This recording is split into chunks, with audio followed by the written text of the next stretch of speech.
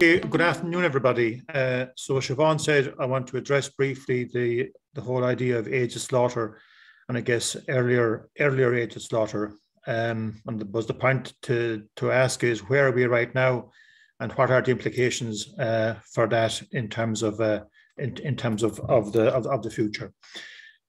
It's probably worth starting off by saying where are we coming from, and maybe in a worldwide context, we look at where is Western Europe, and we're part of that. In terms of carbon footprint, we are pretty okay in that we're among the lowest in the world. And within Europe, if you look at Ireland, shown the green, we're also quite low. So within the Western Europe context and within the world context, we're actually quite good. But of course, reflecting the fact that Ireland is quite a low industrial country, so the contribution that agriculture makes to greenhouse gas emissions are quite high, and that's already said by previous speakers. Okay, so if we're being asked then to reduce the age of slaughter as a way forward, let's start, where are we right now?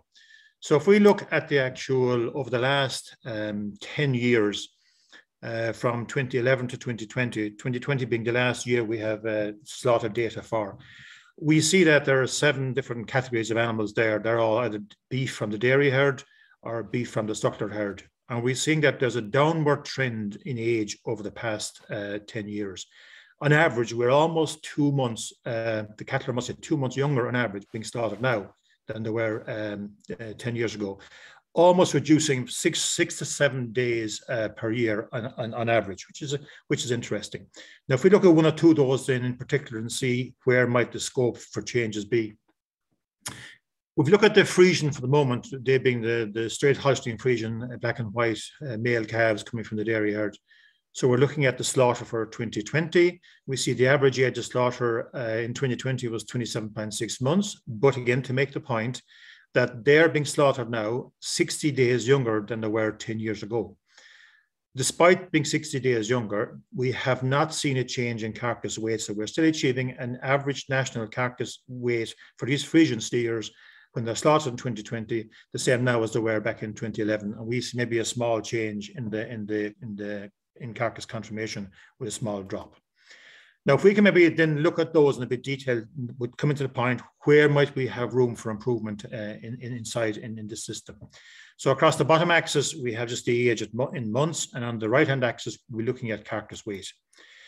So again, if we look at the carcass weights at various ages, so we are starting at 21, 22, 23 months of ages, and we are seeing carcass weights there of sort of maybe under 300 kilos. And as the animal gets older, it grows. Now, the colors I'll explain in a moment. So that's in terms of carcass weight. So as they get older, they get heavier. There's no magic about that. What about the numbers? So the 9, now reading off the left-hand axis, the red line and the red text. So this is showing the numbers of animals being slaughtered at various age categories. So we see relatively small numbers being slaughtered at 20 to 21 months of age.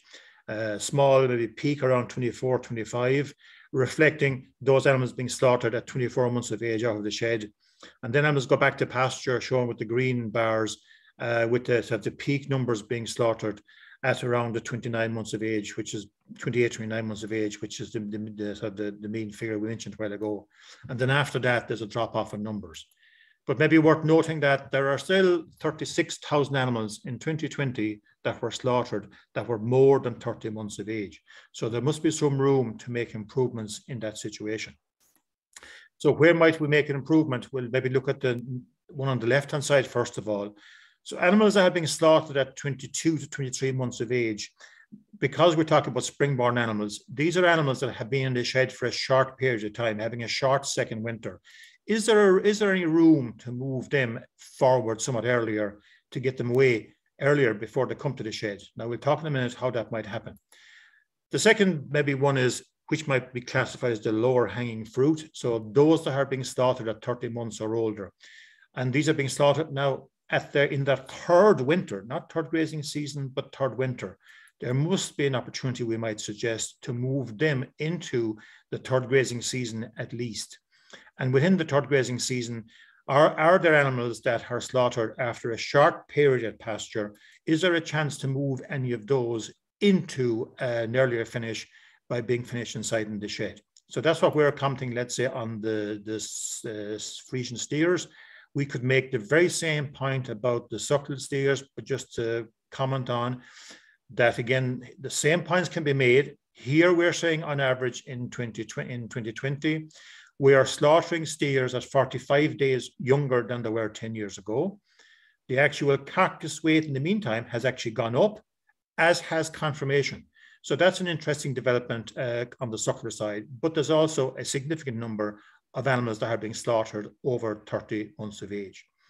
So the point is, so how might we move from an older age to a younger age? And we need to be careful how we actually do that, because we need to distinguish between change within the system, starting earlier in a system, as opposed to making it change the system. Maybe I might explain it in this slide if I can. So recent work done at Grange, where we looked at, this was a grass forage-based system where animals were being fed a lifetime diet of grazed grass and grass silage. And we're going to look at the three columns in green for the moment. So if we actually, the first column on the left, and we're going to read off the greenhouse gases on the green left-hand legend for the moment. So we're late maturing suckled animals being slaughtered initially at 20 months of age, where their lifetime diet is grazed grass and subsequently grass silage, no concentrates being fed. So slaughtering at 20 months of age, a carcass weight of just under 300 kilos, but a challenge to get a fat score on those animals. If those animals are not slaughtered then and they go into the shed for the winter, on this occasion, they're slaughtered at 24 months, but they're only fed grass silage, no concentrates being fed. We get another 23 or 4 kilograms of carcass and an improvement in fat score. And if at the end of that winter, they were not killed and they returned to pasture for a short, maybe 4-month period, and then they're slaughtered, we've gone to 28 months of age when they're being slaughtered with a carcass weight close to 400 kilograms and a fat score of 3 equals. Now, in terms of the savings for greenhouse gas emissions, so at 28 months of age, there's basically 4 ton of CO2 being produced per animal. If we down the slaughtered within the system, slaughtered younger, it's back down to 3. And if it's slaughtered younger again, it's back down to 2. But of course, being much younger poses challenges in terms of carcass weight and actual carcass finish. Okay, if we want to move to a younger age of slaughter, and we take the 28-month one at the moment, that gets only grass and grass silage, and we said when they come in for the winter, we actually fed them concentrates during that final 140 or so days, maybe around 4.5 kilograms per head per day, sake of argument, maybe 500 kilograms of meal being fed for the final winter. We see actually that even though they're slaughtered at 24 months of age, 4 months younger than the grass-fed one, the actual carbon footprint is no different. So even though we've slaughtered them younger, there's no difference in carbon footprint. So the point I'm making here is that when we looked at the green lines in a system and we slaughtered earlier, we can reduce emissions. But if you start changing the system to do something else, even though they're slaughtered younger, it doesn't always mean that they're actually more efficient. That's in terms of the carbon footprint in terms of per animal. But now if we look on the right-hand axis where we talk about the efficiency, which is kilograms of methane per kilogram of carcass produced, shown by the red dots here, we'll actually find that on the animals that went to pasture for a short third grazing season, their actually efficiency is better than those that were killed younger. So the point I'm trying to make here is that just age of slaughter per se isn't the only point to consider. How it's got there is important as part of the discussion.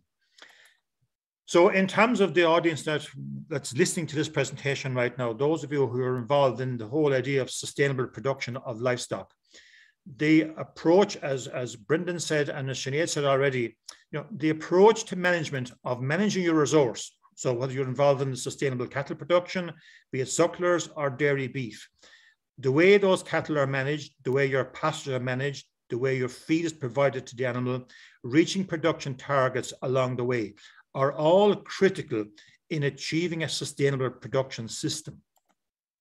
Part of that, clearly, animal health is important, as is the whole area of animal genetics. So the use of animals that are either early finish, easy to finish, that are low emitters, as Sinead referred to a while ago, are all part of the arsenal that we need to have in terms of approaching a sustainable way of reducing the age of slaughter.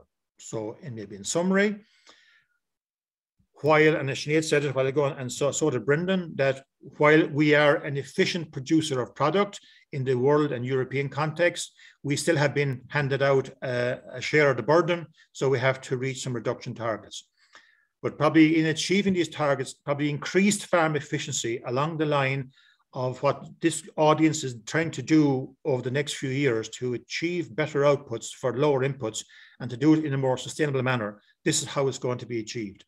Of course, if we can look at the low-hanging fruit and start getting animals killed younger, there is an opportunity to make savings, of course there is.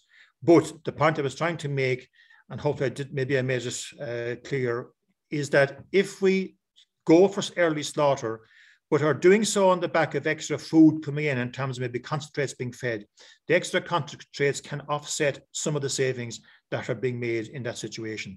And finally then, so if we're going to have sustainable production and reach sort of younger age of slaughter, it then requires higher level of both management, animal health, and genetic improvement. Thanks for that.